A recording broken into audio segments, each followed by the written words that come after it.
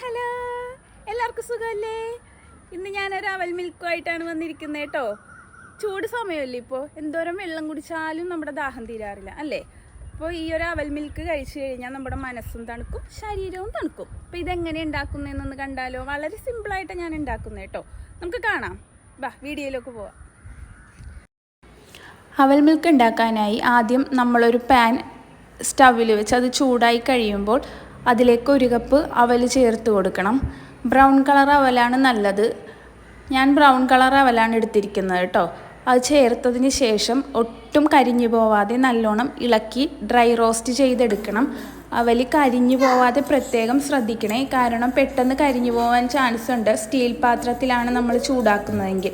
അപ്പോൾ കരിഞ്ഞു പോവാതെ ഡ്രൈ റോസ്റ്റ് ചെയ്തെടുത്തതിന് ശേഷം ഒരു ബൗളിൽ ഞാനിവിടെ ഞാലിപ്പൂവൻ പഴമാണ് 3 എണ്ണം എടുത്തിരിക്കുന്നത്. പാളയംകോടൻ പഴം എടുത്താലും കുഴപ്പമില്ല, അതും എടുക്കാം.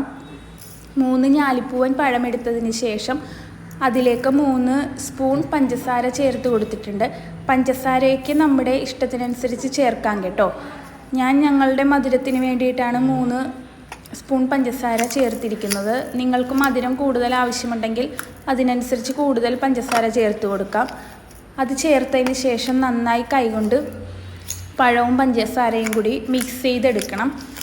മിക്സിയിൽ ഒരിക്കലും അടിച്ചെടുക്കരുത്. മിക്സിയിൽ അടിച്ചാൽ അത് വെള്ളം പോലെ ആയിപ്പോവും. ആ ഒരു കൺസിസ്റ്റൻസി അല്ല നമുക്ക് വേണ്ടത്. അത് കൈകൊണ്ട് തന്നെ നന്നായി ഉടച്ച് മിക്സ് ചെയ്തെടുക്കുക. അങ്ങനെ മിക്സ് ചെയ്തെടുത്തതിന് ശേഷം നന്നായിട്ട് തണുത്ത 1 കപ്പ് പാല് അതിലേക്ക് ഒഴിച്ചു കൊടുക്കണം.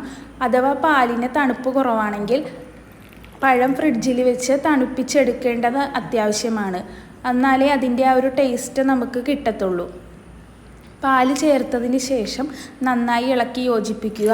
ശേഷം കുറച്ച് കപ്പലണ്ടിയും ക്യാഷ്യൂ നട്ട്സും കൂടി ചേർത്ത് കൊടുക്കാം. ക്യാഷ്യൂ നട്ട്സ് ഇടണമെന്ന് നിർബന്ധമില്ല. എൻ്റെ കയ്യിലുണ്ടായത് കൊണ്ട് മാത്രമാണ് ഞാനത് ചേർത്ത് കൊടുത്തത്.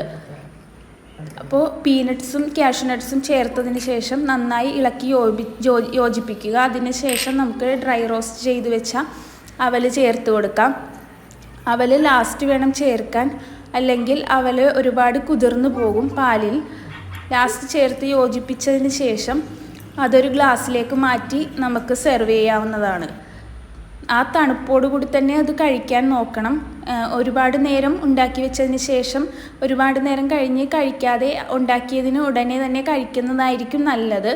അപ്പോൾ ഞങ്ങൾ കഴിച്ചു നോക്കി, നല്ലതാണ്. എല്ലാവരും ഒന്ന് ഉണ്ടാക്കി നോക്കണം കേട്ടോ. ഉണ്ടാക്കാത്തവരൊക്കെ ഉണ്ടാക്കി നോക്കണേ. അപ്പോൾ ഇത്രയേ ഉള്ളൂ. ടാറ്റാ, ബൈ ബൈ, സീ യു.